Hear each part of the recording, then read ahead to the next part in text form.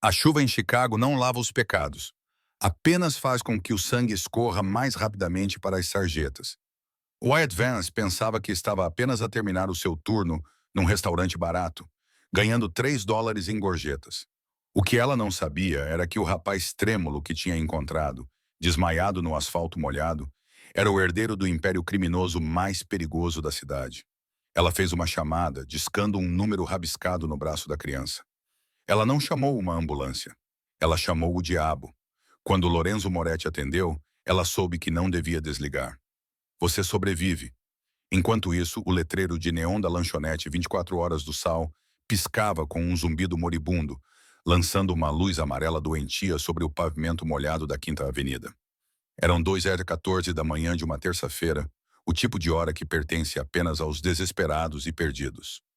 Wyatt Van limpou o balcão com um pano que cheirava a lixívia e gordura velha. Os seus nós dos dedos estavam vermelhos e rachados devido ao frio e ao sabão forte. Aos 23 anos, ela parecia mais velha. A pobreza tinha o poder de envelhecer uma pessoa, esculpindo linhas de exaustão ao redor dos olhos e gravando linhas de preocupação ao redor da boca. Ela verificou o bolso do avental. $1.240. Era o seu salário por um turno de 8 horas. Não era suficiente para cobrir o aluguer, que venceria em 3 dias, mas daria para comprar um pão e talvez algumas aspirinas para a dor de cabeça que latejava atrás das têmporas desde o meio-dia. Fecha tudo, Wyatt, resmungou Wes do escritório dos fundos. E não te esqueças de desligar as luzes. Está bem, respondeu ela com a voz rouca. Pegou no seu casaco gasto, 2 tamanhos acima do seu, comprado numa loja de artigos em segunda mão, e saiu para o vento cortante de Chicago. A chuva caía em cortinas, fria e implacável. Ela puxou a gola para cima, preparando-se para a caminhada até a paragem de autocarro.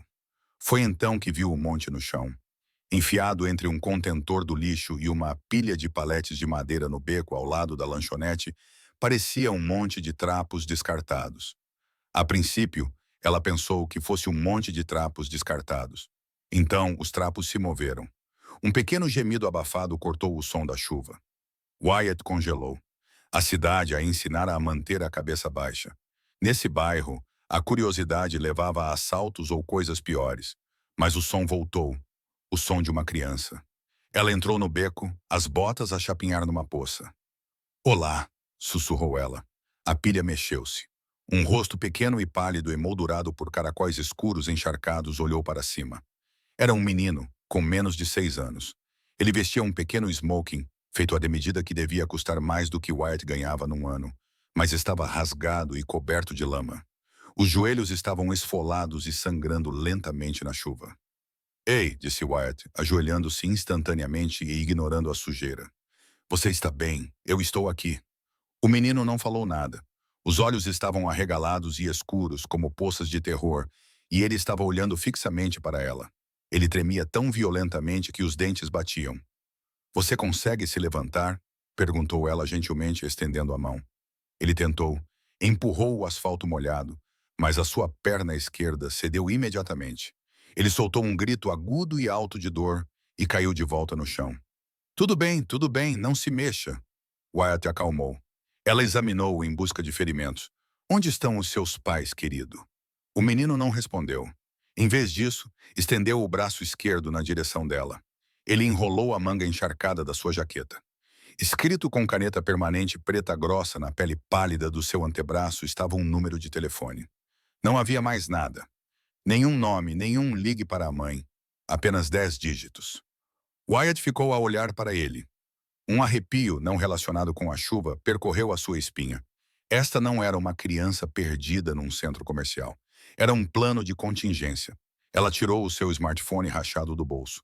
Os seus dedos tremiam enquanto discava o número, olhando para o menino aterrorizado. Ring, ring. A linha foi atendida. Nenhuma saudação. Apenas silêncio tão pesado que parecia que a pressão do ar havia caído. Alô? A voz de Wyatt tremia. Quem é? A voz do outro lado era calma, fria, um barítono grave que era absolutamente aterrorizante. Soava como aço deslizando contra concreto. Wyatt engoliu em seco. Encontrei um menino do lado de fora do restaurante do Saul, na Quinta Avenida. Ele está ferido. Houve silêncio. Por 3 batidas do coração não houve nada. Descreva-o, ordenou o homem. Ele tem cabelo escuro e talvez tenha 6 anos. Está a usar um smoking. Tem o seu número escrito no braço. Ele está a respirar? Sim, mas ele caiu. Ele tentou levantar-se, mas acho que a perna está partida. Ele não consegue levantar-se. Fique exatamente onde está, disse a voz. Não era um pedido. Não desligue. Não se mexa. Se ele não estiver lá quando eu chegar, ou se tiver o mínimo arranhão que não estava lá antes, eu vou encontrá-la e vou arrancar a pele dos seus ossos.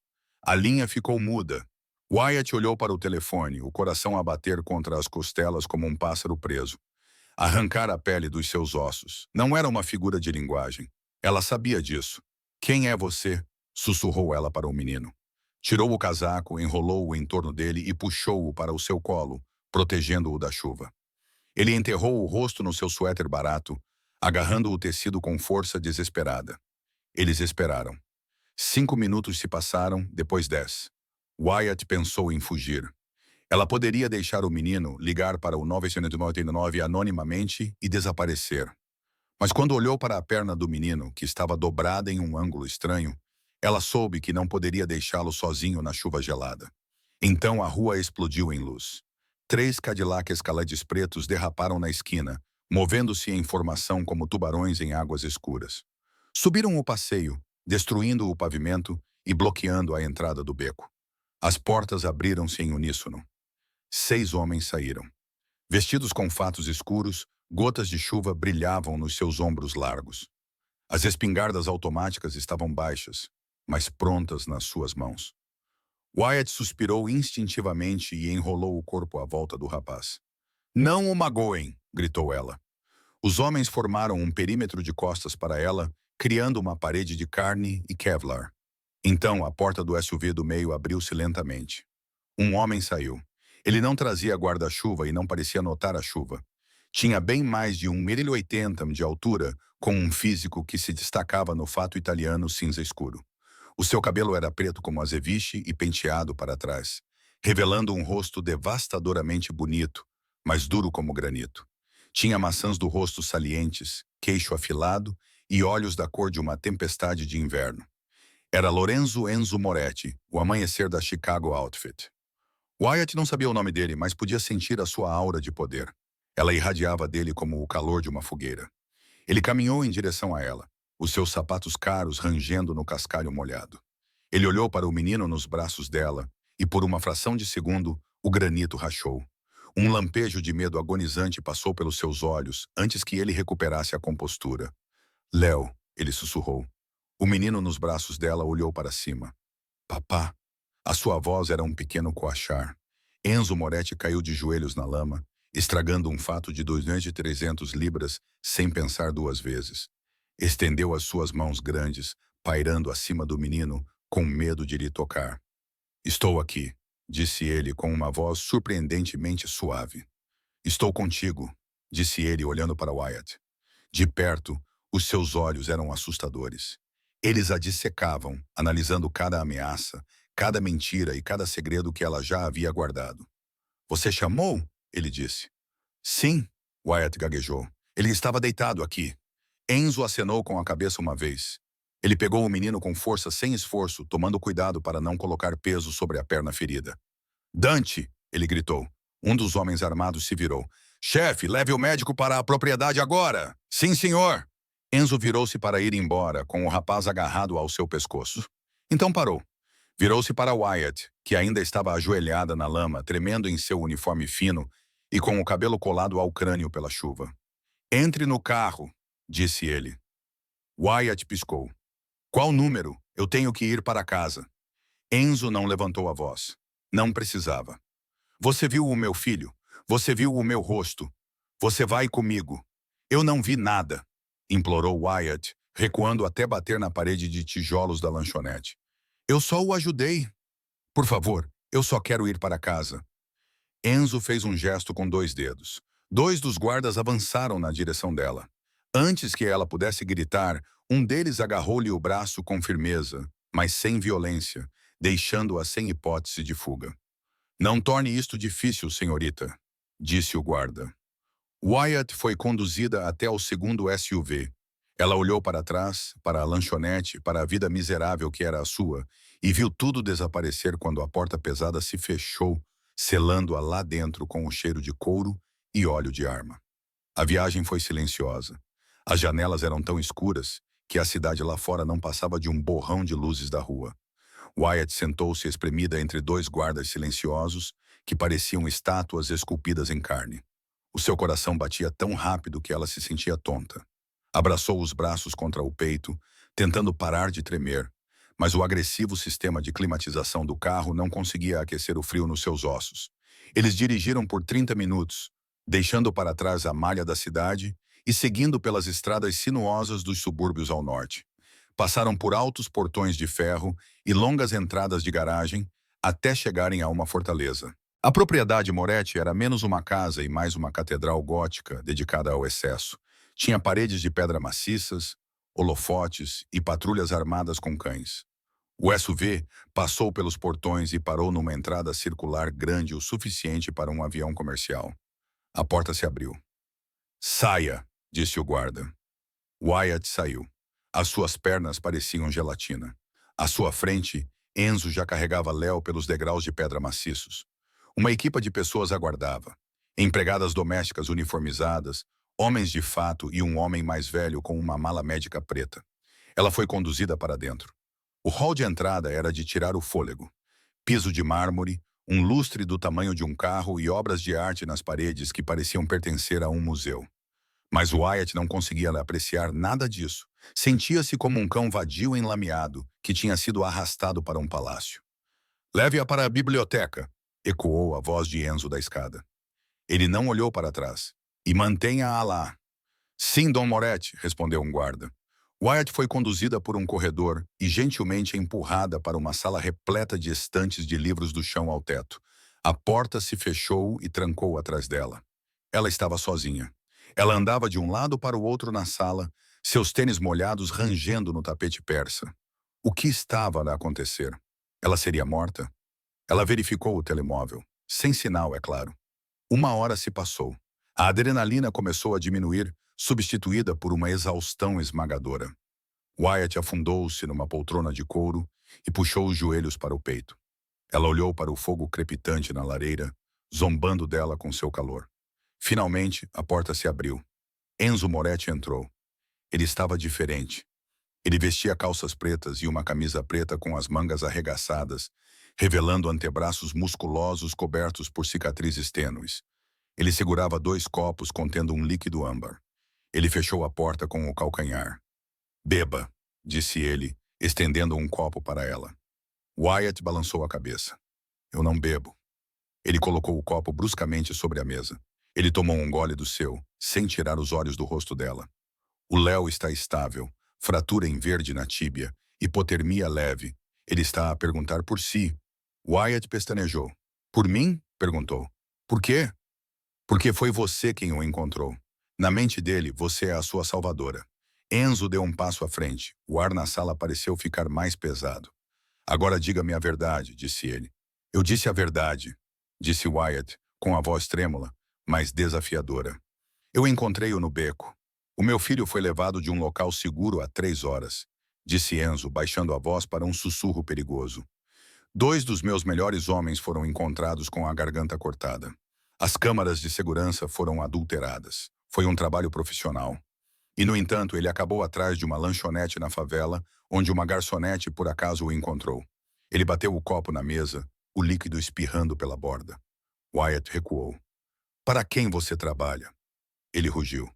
"São os russos, a tríade ou meu irmão." "Não sei do que você está a falar", chorou Wyatt, as lágrimas finalmente escorrendo. "Sou uma empregada de mesa. Sirvo café e torta. Olhe para mim. Pareço uma profissional?" "Qualquer coisa." Enzo avançou em direção a ela. Colocou as mãos em ambos os lados do braço da cadeira, prendendo-a. Inclinou-se para perto, com o rosto a poucos centímetros do dela. Ela podia sentir o cheiro de uísque e colônia cara. "As pessoas fazem qualquer coisa por dinheiro", sussurrou ele. "E você parece precisar de dinheiro." "Eu preciso de dinheiro", gritou Wyatt de volta, o medo transformando-se em raiva. Tenho $12 no meu nome, mas não sequestro o seu filho. Eu dei-lhe o meu casaco. Liguei para si. Por que ligaria para si se o tivesse sequestrado? Enzo estudou-a. Ele olhou para as suas pupilas dilatadas, o terror genuíno na sua respiração e a pobreza das suas roupas. Ele olhou para as suas mãos ásperas e calejadas. Não as mãos bem cuidadas de uma espiã ou as mãos firmes de uma assassina. Ele empurrou a cadeira, virou as costas para ela e passou a mão pelo cabelo. Se estiver a mentir, eu descobrirei e você vai desejar estar morta. Não estou a mentir, ela sussurrou. Alguém bateu à porta. Don Moretti, disse Enzo, endireitando-se e recompondo-se instantaneamente. Entre! O médico entrou, parecendo nervoso. Senhor, é o Léo. Ele está muito agitado. Recusa-se a dormir. Está a gritar. Não podemos sedá-lo devido ao risco de concussão. Ele continua a perguntar pela senhora do casaco. Enzo fechou os olhos por um momento, uma expressão de imenso cansaço cruzando o seu rosto. Virou-se para Wyatt. Levante-se, ordenou. Para onde vamos? Para o andar de cima. Vai acalmar o meu filho e depois eu posso ir para casa. Enzo olhou para ela, com uma expressão indecifrável. Veremos. Levou-a pela grande escadaria até o terceiro andar.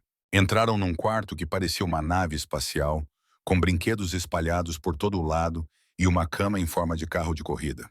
No meio da cama estava Léo, com a perna engessada e o rosto vermelho e manchado de tanto chorar. Uma enfermeira tentava aproximar-se dele, mas ele atirava almofadas para ela. Afasta-te! Gritou Léo. Quero a Lara! Quero a Lara! Wyatt entrou no quarto. Léo. O menino parou de gritar, os olhos fixos nos dela.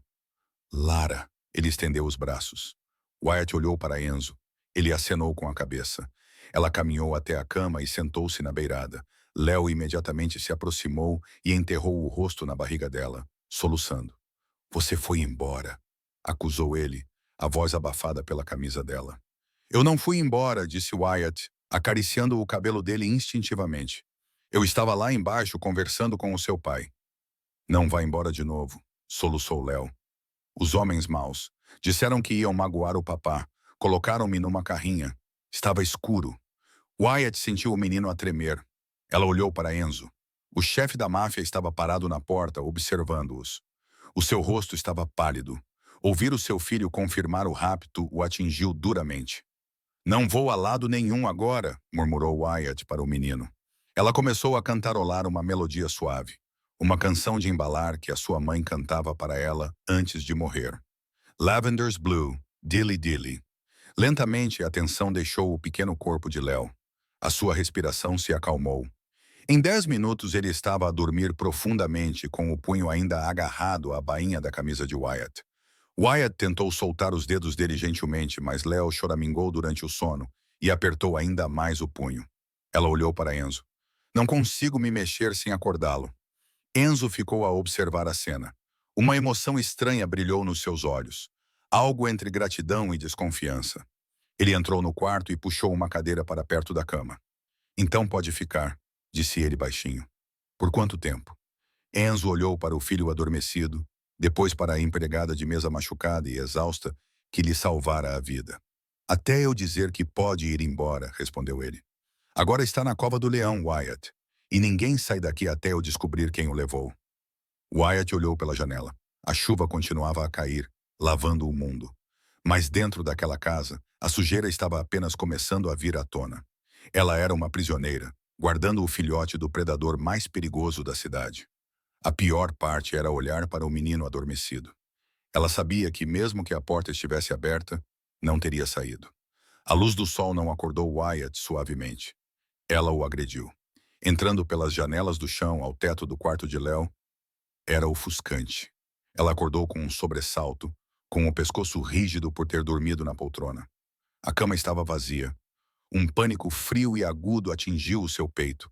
Ela levantou-se rapidamente e chamou. Léo, estou aqui. A voz fraca veio do canto. Léo estava sentado no chão, rodeado por uma fortaleza de peças de Lego. Ele ainda estava de pijama e sua perna engessada estava esticada de forma estranha. Ele olhou para ela com olhos grandes e solenes. Tu ressostas. Wyatt soltou um suspiro que não percebera que estava a aprender. Passou a mão pelo cabelo despenteado. Eu não ressono. Eu ronrono como um gato.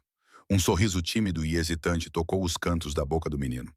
Era a primeira vez que ela ouvia sorrir. Isso transformou o rosto dele, fazendo-o parecer uma criança em vez de uma vítima traumatizada. A porta se abriu e a temperatura da sala caiu instantaneamente 10 degrees. Uma mulher vestindo um terno cinza severo entrou. O cabelo estava puxado para trás com tanta força que parecia doloroso, e os olhos dela conseguiam detectar um grão de poeira a 1 quilômetro de distância. Era Helena, a governanta-chefe. O Sr. Moretti solicita a sua presença no escritório, disse ela, franzindo ligeiramente o nariz ao olhar para o uniforme amarrotado de Wyatt. Agora preciso de escovar os dentes, disse Wyatt, sentindo-se constrangido. Há uma casa de banho de hóspedes no fim do corredor. Tem 5 minutos. Wyatt olhou para Léo. Volto já. Está bem, constrói-me uma torre. Léo acenou com a cabeça, mas os seus olhos acompanharam-na ansiosamente enquanto ela saía. Wyatt lavou o rosto com água fria numa casa de banho maior do que todo o seu apartamento.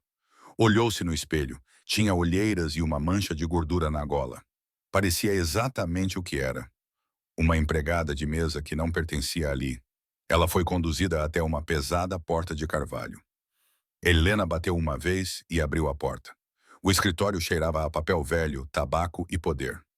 Enzo Moretti estava sentado atrás de uma enorme secretária de mogno. Hoje ele não estava a usar paletó, apenas uma camisa social branca com o colarinho desabotoado. Ele parecia cansado, mas seu olhar era afiado como um laser. Sente-se, disse ele, sem tirar os olhos do arquivo que estava a ler. Wyatt sentou-se na cadeira de veludo à sua frente. Ela juntou as mãos para impedir que tremessem. Enzo virou uma página. Wyatt Vance, nascida em Ohio, mãe falecida. Pai desconhecido, abandonou o ensino secundário. Trabalha no Sal's Diner por um salário mínimo mais gorjetas. Vive num estúdio no bairro de Garfield Park. Está com 2 meses de atraso no aluguer. Ele levantou os olhos e fechou o arquivo. Você também tem uma acusação por condução imprudente de 3 anos atrás. Foi uma multa de estacionamento que me esqueci de pagar. Wyatt defendeu-se com as bochechas coradas. E como você sabe tudo isso? Eu sei tudo, disse Enzo secamente. Eu preciso saber quem está a dormir no mesmo quarto que o meu filho. Eu não pedi para dormir lá, retrucou Wyatt. Você me forçou? Enzo recostou-se, cruzando os dedos. Os homens que levaram o Léo eram profissionais. Eles conheciam a sua rotina. Conheciam os pontos cegos da segurança. Isso significa que alguém de dentro o traiu. Wyatt ficou fria. Você acha que fui eu? Não, disse Enzo, surpreendendo-a. Se você fizesse parte do plano, não teria me ligado. Você teria pedido resgate ou o matado. Ele levantou-se e caminhou até a janela, olhando para os terrenos extensos. Mas você é uma ponta solta. Você viu o meu rosto. Você viu os homens. Você viu as armas. Não vou contar a ninguém, prometeu Wyatt. Só quero ir para casa. Tenho um turno às 16 horas. Vai me despedir se eu não aparecer. Enzo virou-se lentamente. Um divertimento sombrio dançava nos seus olhos. Está preocupada com o seu emprego num restaurante? Menina Vance, tem consciência de que está na casa do chefe da família criminosa Moretti? Percebo que se perder o meu emprego, serei despejada, disse Wyatt, com a voz firme, apesar do medo. As pessoas ricas não compreendem. Um turno perdido significa ficar sem eletricidade na próxima semana. Portanto, a menos que me vá matar, preciso de ir trabalhar. Enzo olhou para ela. Estava habituado a mulheres que queriam o seu dinheiro, o seu poder ou o seu corpo. Estava habituado a homens que se encolhiam de medo. Mas não estava habituado a uma rapariga com um avental manchado a exigir sair para servir café queimado. Abriu a gaveta da secretária e tirou uma pilha de dinheiro. Estava embrulhado numa fita de papel. $10.000. Atirou-o para cima da secretária. Isso cobre o teu aluguer do próximo ano e as tuas gorjetas. Wyatt olhou para o dinheiro. Era mais do que ela já tinha visto num só lugar antes. Podia resolver todos os seus problemas. A sua dívida, o seu aquecedor avariado e o seu frigorífico vazio. Não quero o teu dinheiro, sussurrou ela. Enzo ergueu uma sobrancelha. Todos querem dinheiro. Não dinheiro sujo, disse ela. Ela levantou-se. Ajudei o Léo porque ele era um menino ferido, não porque queria um pagamento. Por um longo momento, o silêncio se estendeu entre eles. Enzo contornou a secretária, parando a poucos centímetros dela. Ele a dominava com a sua presença avassaladora. Você é uma tola, Wyatt Vance, murmurou ele. Uma tola corajosa e estúpida. De repente, a porta se abriu. Dante, o chefe de segurança, entrou apressado. Ele parecia pálido. Chefe, precisa de ver isto. A atitude de Enzo mudou instantaneamente. A sua curiosidade desapareceu, substituída pelo predador. O que é? Encontramos a carrinha que usaram para levar o Léo. Foi queimada num ferro velho. Também encontramos um corpo no banco do motorista. Não era um dos nossos. Era o mensageiro. O rosto de Enzo escureceu. O mensageiro. Para quem?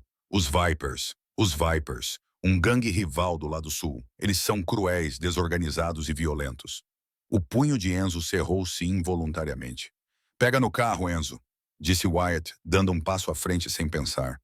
Enzo virou-se para ela, os olhos brilhando com uma fúria fria que a fez sentir as pernas bambas. O que, Léo? Ele está com medo. Se sair zangado, ele vai sentir. Vai te despedir dele primeiro, por favor. Dante olhou para Wyatt como se ela fosse louca. Ninguém diz ao Enzo Moretti o que fazer. Ele olhou para ela, com o maxilar a trabalhar. Respirou fundo, forçando a violência a voltar para a jaula dentro dele. Fica aqui, ordenou ele. Não vai sair desta casa. Dante colocou um guarda para vigiá-la. Se ela tentar sair, tranca-a na cave. Espera, gritou Wyatt. E o meu emprego? Comprei a lanchonete, disse Enzo por cima do ombro enquanto saía.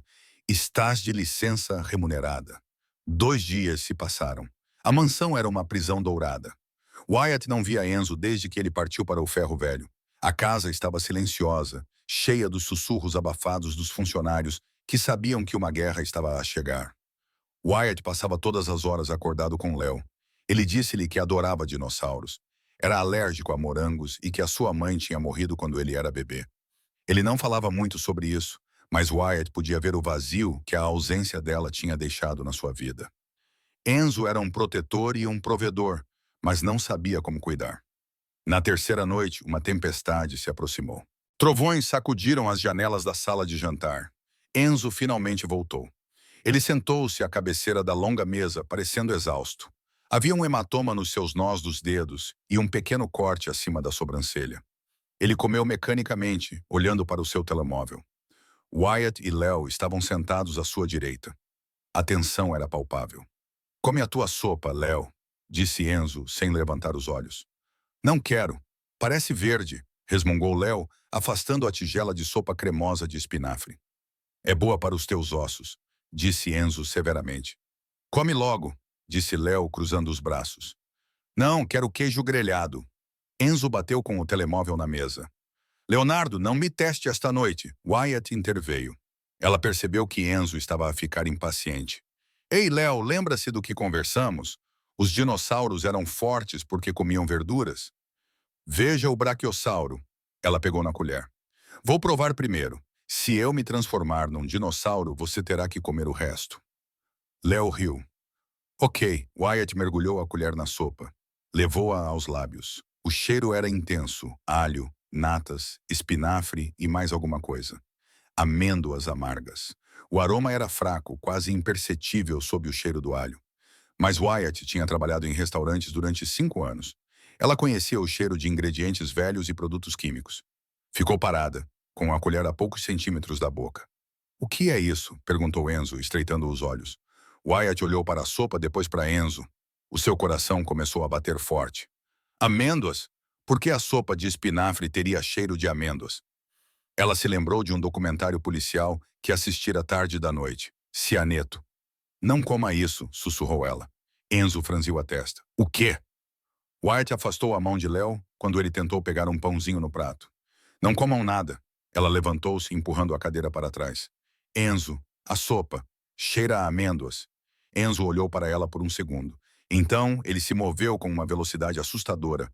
Ele agarrou a tigela de Léo e a jogou contra a parede. A porcelana se estilhaçou e uma lama verde escorreu pelo papel de parede caro. Dante! Rugiu Enzo. O som foi tão alto que sacudiu os cristais do lustre. As portas se abriram com um estrondo.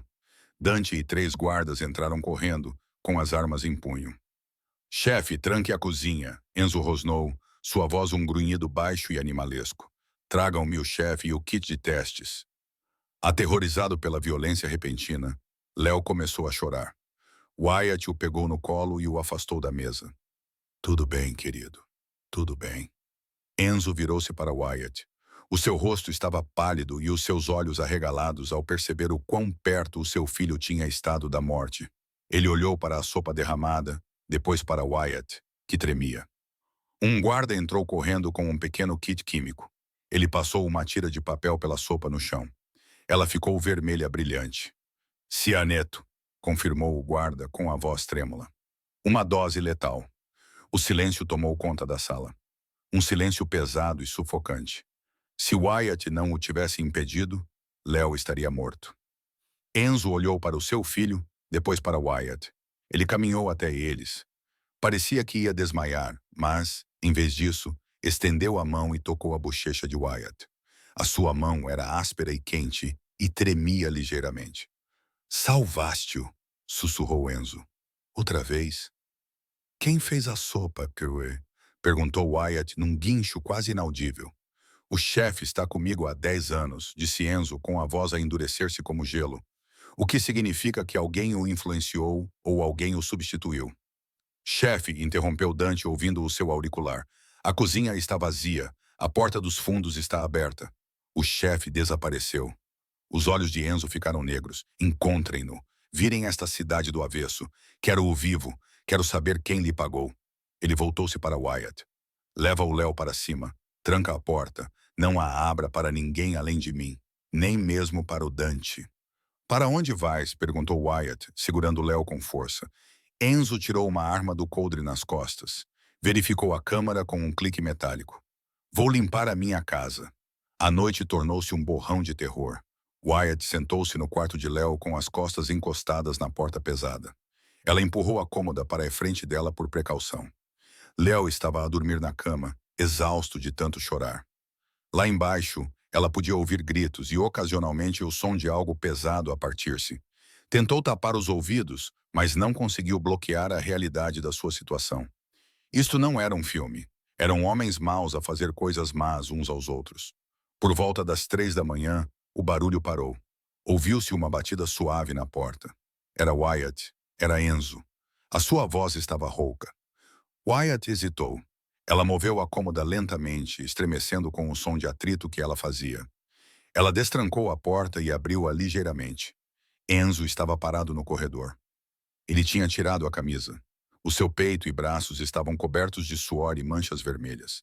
Ele segurava uma toalha molhada na mão e enxugava o pescoço. Ele está a dormir? Perguntou Enzo. Sim, Enzo acenou com a cabeça. Encostado à moldura da porta, parecia um homem carregando o peso do mundo. Está feito. O chefe tinha sido encontrado. Ele falou antes de morrer. Wyatt não perguntou o que expirada significava. Ela não queria saber. Quem foi? Meu irmão, disse Enzo. As palavras saíram pesadas como pedras. Luca, ele quer o trono. Ele achou que, se matasse Léo, eu ficaria devastada demais para liderar. Seu próprio irmão, Wyatt sussurrou. A traição revirou seu estômago. Nesta vida, o sangue não significa nada, disse Enzo amargamente. A lealdade é rara, mais rara do que diamantes. Ele olhou para ela, realmente olhou para ela. Na luz fraca do corredor, as linhas severas de seu rosto suavizaram-se. Tu não és deste mundo, Wyatt. És gentil. És bondosa. Não tens armadura. Eu tenho armadura, argumentou Wyatt baixinho. Sobrevivi sozinha até agora. Pobreza é uma coisa, disse Enzo. Ele deu um passo à frente, invadindo o espaço pessoal dela. Isto é guerra, e tu estás no fogo cruzado. Ele estendeu a mão e colocou-a sobre o ombro dela. Parecia que queria puxá-la para si, mas conteve-se. Olhando para a mão, que acabara de ser usada para dispensar violência, ele retirou-a como se tivesse medo de manchá-la. Tenho de mandar-te embora, disse Enzo. Não é seguro aqui. Lucas sabe que foste tu quem salvou Léo. Agora és um alvo. Então estás a expulsar-me. Wyatt sentiu uma estranha pontada de dor. Vou enviar-te para um abrigo na Suíça. Terás um novo nome, dinheiro, poderás recomeçar, ir para a faculdade, ficar em segurança. E o Léo? Perguntou Wyatt. O que tem ele? Ele não come sem mim. Ele confia em mim. Ele vai esquecer, disse Enzo, embora não parecesse convencido. Ele é jovem. Ele não vai esquecer, disse Wyatt com firmeza. E eu também não. Não vou fugir, Enzo. Não sou covarde. Enzo olhou para ela, os olhos dele procurando os dela. Se ficares, não há volta. Vais tornar-te parte da família. Tornar-se-á um alvo para sempre. Fui invisível toda a minha vida, sussurrou Wyatt, aproximando-se dele e cruzando o limiar que tinha medo de cruzar. Talvez esteja cansada de ser invisível. O ar entre eles crepitava. O perigo, a adrenalina e o medo juntaram-se para criar uma atração magnética. Enzo olhou para os lábios dela, depois para os olhos. Não sabes o que estás a pedir, disse ele com voz rouca. Diz-me. Estás a pedir para pertencer ao diabo. Antes que Wyatt pudesse responder, as luzes do corredor piscaram e apagaram-se. A escuridão total envolveu-os. Abaixa-te! Gritou Enzo. Ele derrubou Wyatt no chão, no momento em que a janela no fim do corredor se estilhaçou. Um ponto vermelho de laser varreu o ar cheio de poeira, onde eles estavam um segundo antes. Tip, tip, balas silenciadas perfuraram o reboco da parede. Eles estão aqui, disse ele. Enzo rosnou, cobrindo o corpo de Wyatt com o seu. Luca não esperou.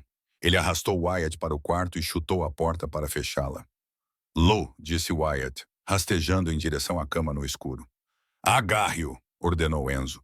Ele se moveu para a parede e pressionou um painel oculto. Uma seção da escada dos Wayne se abriu, revelando uma rampa escura e estreita. A sala de pânico, vá agora. E você, gritou Wyatt, puxando Léo ainda grogue para seus braços. Enzo ficou parado perto da porta. O luar que entrava pela janela emoldurava a sua silhueta, com a arma levantada. Vou matar o meu irmão, disse Enzo calmamente. Vai, Wyatt. Se eu não conseguir, diz ao Léo que o amava. Enzo sabia. Vai. Ele empurrou-os em direção ao escorrega. Wyatt apertou Léo contra o peito, deslizou para a escuridão e ouviu o som de tiros a explodir no quarto atrás dela. A rampa era escura, íngreme e assustadoramente rápida. Wyatt caiu num chão de betão frio. Léo agarrou-se firmemente a ela. Ela gemeu quando o cotovelo bateu na superfície dura, mas não soltou o menino. Eles estavam num bunker. Isso contrastava fortemente com a opulência do andar de cima. As paredes de aço reforçado estavam forradas com monitores, caixas de suprimentos e uma prateleira de armas que pareciam pertencer a um filme de guerra. O ar cheirava a reciclado e metálico. A minha perna dói, choramingou Léo, com lágrimas a escorrerem pelo rosto. Eu sei, querido. Eu sei, sussurrou Wyatt, levantando-se rapidamente. Ela examinou a sala. Havia uma porta de aço pesada com um teclado digital e uma fechadura com roda. Estava trancada. Ela dirigiu-se à fileira de monitores. O seu coração parou. Os ecrãs exibiam imagens de toda a mansão. Era um matadouro. Os corpos dos guardas de Enzo estavam espalhados pelos corredores. O fumo enchia o grande hall de entrada, e então ela viu Enzo na tela identificada como quarto principal. Enzo estava a revidar. Num turbilhão de violência, ele usou um pesado candeeiro de latão para golpear um atacante. Mas eram muitos. Ela assistiu, com a mão sobre a boca, enquanto um homem com um colete tático atirava em Enzo no ombro. Ele cambaleou para trás, caindo de joelhos. Papá! Gritou Léo, apontando para o ecrã. Não olhes! Disse Wyatt, virando-o e pressionando o rosto dele contra a sua barriga. Não olhes, Léo. Ela assistiu impotente enquanto os atacantes se aglomeravam em torno de Enzo. Mas eles não o mataram. Chutaram a arma para fora da mão dele e amarraram os pulsos dele com abraçadeiras plásticas. Um homem entrou em cena. Ele vestia um fato branco imaculado, sem manchas de sangue ou sujeira. Ele era assustadoramente parecido com Enzo, mas seu rosto era mais suave e seu sorriso era cruel e distorcido. Luca Moretti. Wyatt observou Luca agachar-se e dizer algo a Enzo. Ele bateu com a pistola no rosto do irmão. Então Luca olhou diretamente para a câmara do quarto. Ele sorriu. Ele tirou um rádio do bolso. De repente, uma voz crepitou no intercomunicador da sala de pânico. Eu sei que estás aí, pequena empregada de mesa, disse a voz. E sei que tens o meu sobrinho. Wyatt olhou para o altifalante, tremendo. A pesada roda de aço na porta da sala de pânico começou a girar. Clank! O sangue de Wyatt gelou. Eles não estavam seguros. Não havia para onde fugir. Ela olhou para Léo. Ele estava a tremer. Os seus olhos estavam bem fechados. Ela olhou para o suporte de armas na parede. Espingardas de assalto, caçadeiras e pistolas. Ela nunca tinha segurado uma arma na vida. Ela era uma empregada de mesa. Ela carregava bandejas, não Glocks. Mas ao olhar para a roda giratória, algo dentro de Wyatt Vance se partiu. O medo não desapareceu, mas cristalizou-se numa determinação fria e dura. Ela não iria deixar que levassem aquele menino. Ela correu para o suporte de armas e pegou a menor pistola que encontrou. Uma pistola preta de 9mm. Era mais pesada do que ela esperava. Ela não sabia se a segurança estava ativada. Ela não sabia se estava carregada. Desesperadamente, ela puxou o ferrolho para trás, como tinha visto nos filmes. Uma bala era visível na câmara. Léo, disse ela com uma voz surpreendentemente firme. Fica lá atrás daquelas caixas. Tapa os ouvidos, fecha os olhos, conta lá até 100. Não pares de contar. Lara, vai! Gritou ela. Léo correu para trás de uma pilha de caixas de rações. A roda girou uma última vez. A vedação hidráulica chiou. A porta pesada se abriu. Luca Moretti entrou. Ele estava ladeado por 2 homens armados com espingardas. Luca olhou ao redor do bunker, sorrindo com desgosto. Aconchegante, disse ele com cara séria. Os seus olhos pousaram em Wyatt. Ela estava parada no meio da sala, tremendo, segurando a arma com as 2 mãos e apontando-a diretamente para o peito dele. Luca riu, uma risada genuína e estrondosa. Oh, olha só para isso. A empregada de mesa acha que é uma soldado. Abaixa isso, querida. Vais te machucar. Saia, disse Wyatt. A sua voz vacilou, mas ela não baixou a arma.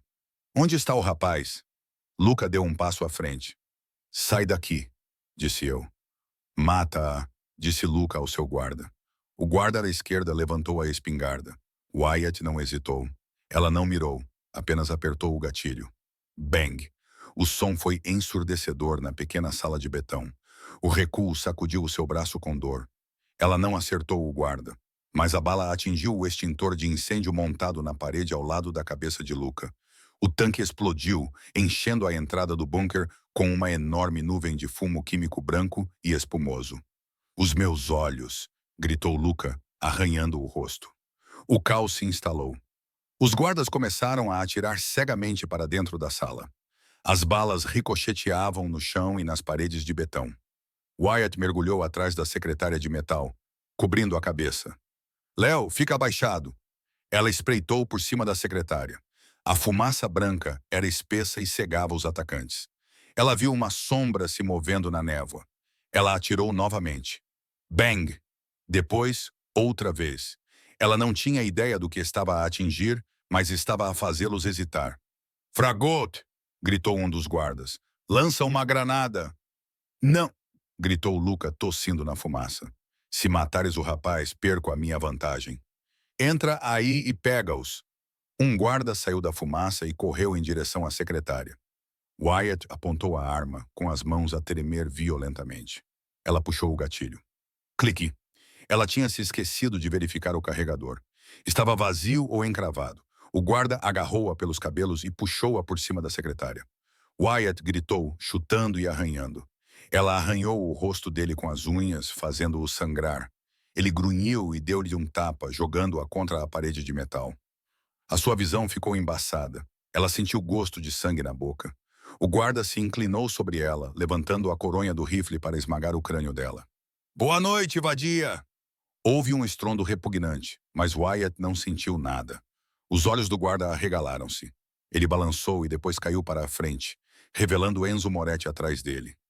Enzo parecia um demônio saído do inferno. As suas mãos ainda estavam amarradas à frente dele, mas o plástico estava esticado e ensanguentado onde ele o tinha esfregado contra uma borda afiada. Ele segurava uma chave inglesa pesada nas mãos amarradas. A sua camisa estava encharcada de sangue devido ao ferimento de bala no ombro. O seu rosto era uma máscara de raiva pura e genuína. Tocaste nela, sussurrou Enzo.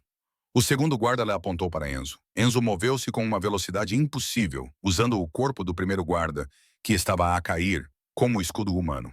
As balas perfuraram o homem morto. Enzo avançou e derrubou o segundo guarda. Envolveu os braços amarrados com o cordão de plástico em torno do pescoço do homem e puxou. Ouviu-se um estalo.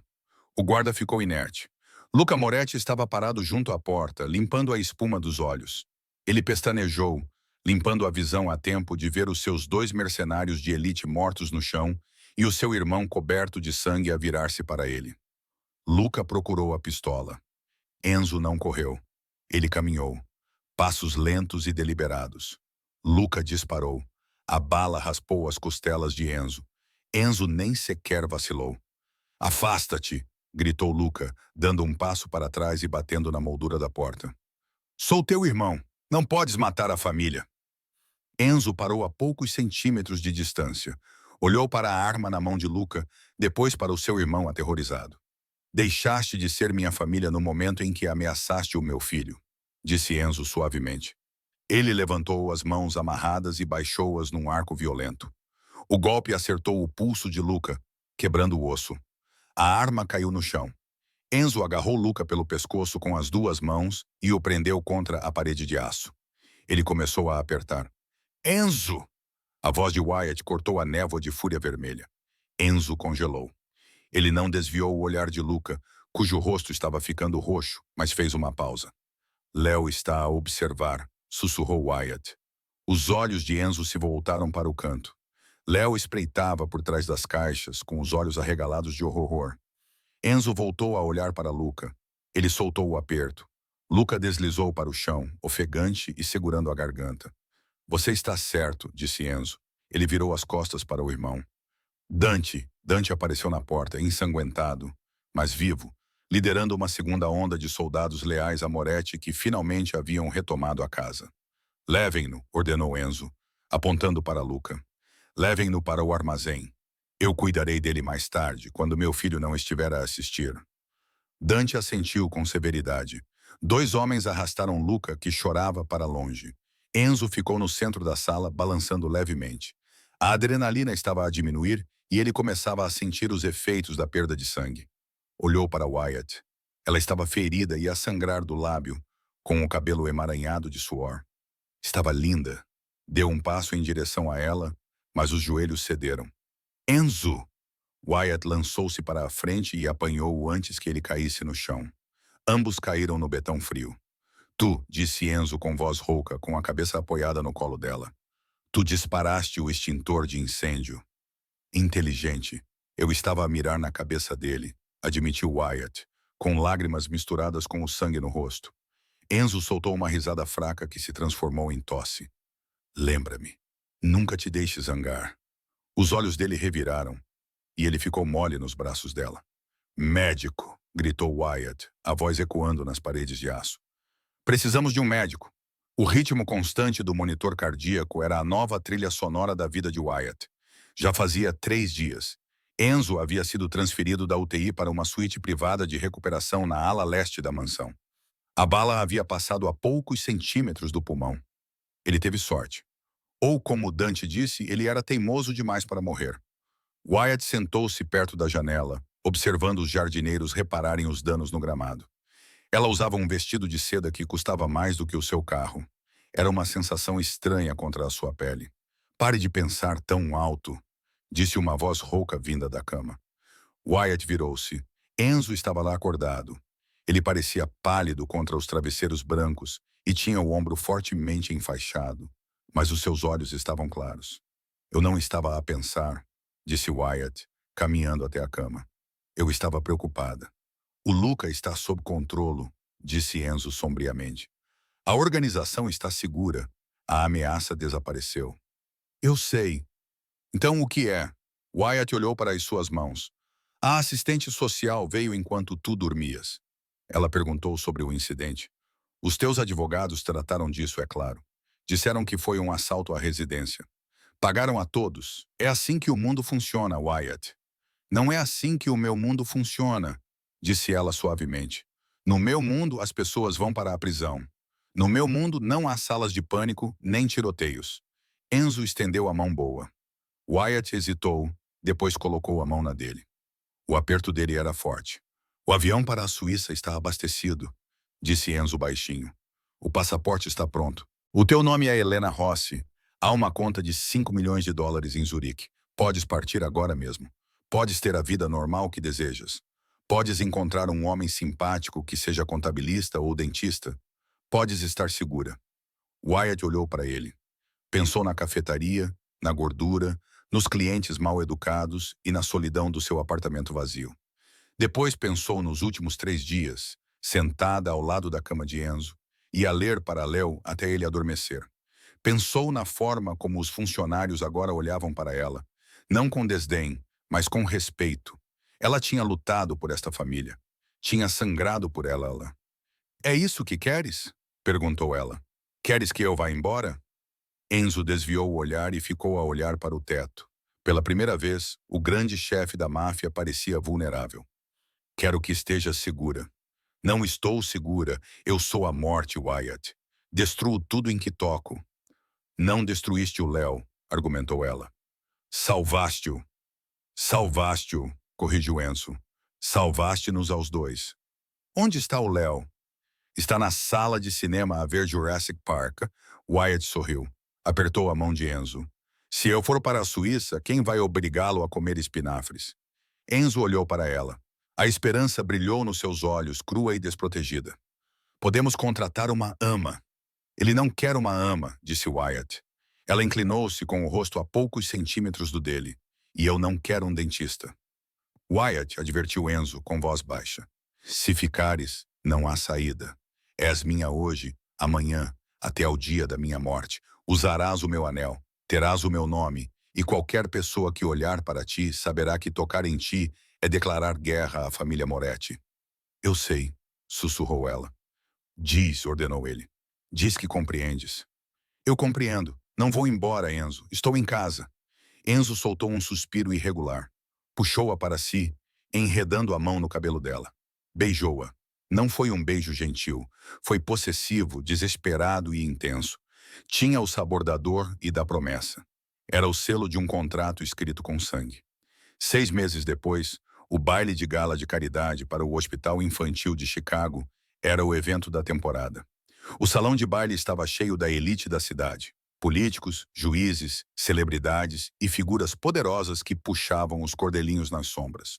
Um silêncio tomou conta da sala quando as portas duplas se abriram. Enzo Moretti entrou. Com um ar majestoso em seu smoking, ele dominava a sala com sua presença, com o ombro totalmente curado. Mas todos os olhos estavam voltados para a mulher em seus braços. Wyatt Moretti estava deslumbrante. Ela usava um vestido de veludo azul escuro que se moldava às suas curvas e era adornado com diamantes. Seu cabelo estava preso, revelando a linha elegante de seu pescoço. No entanto, não era o vestido ou as joias que cativavam a sala. Eram os seus olhos. A empregada de mesa cansada e assustada tinha desaparecido. Em seu lugar estava uma mulher que mantinha a cabeça erguida e examinava a sala com um olhar frio e calculista. Na sua mão esquerda, um enorme anel de diamantes brilhava sob os candelabros. Estão a olhar, murmurou Enzo ao seu ouvido enquanto desciam a grande escadaria. Deixa-os olhar, respondeu Wyatt com uma voz suave como seda. Estão apenas a imaginar como é que a empregada de mesa domou o lobo. Estão aterrorizados contigo, corrigiu Enzo com um sorriso malicioso. A história da sala de pânico espalhou-se. Dizem que mataste 3 homens com um extintor. Wyatt riu baixinho. Apenas 3. Os rumores estão a espalhar-se. Chegaram ao fim da escadaria. Um senador aproximou-se, suando ligeiramente, e estendeu a mão. É uma honra conhecê-los, senhor e senhora Moretti.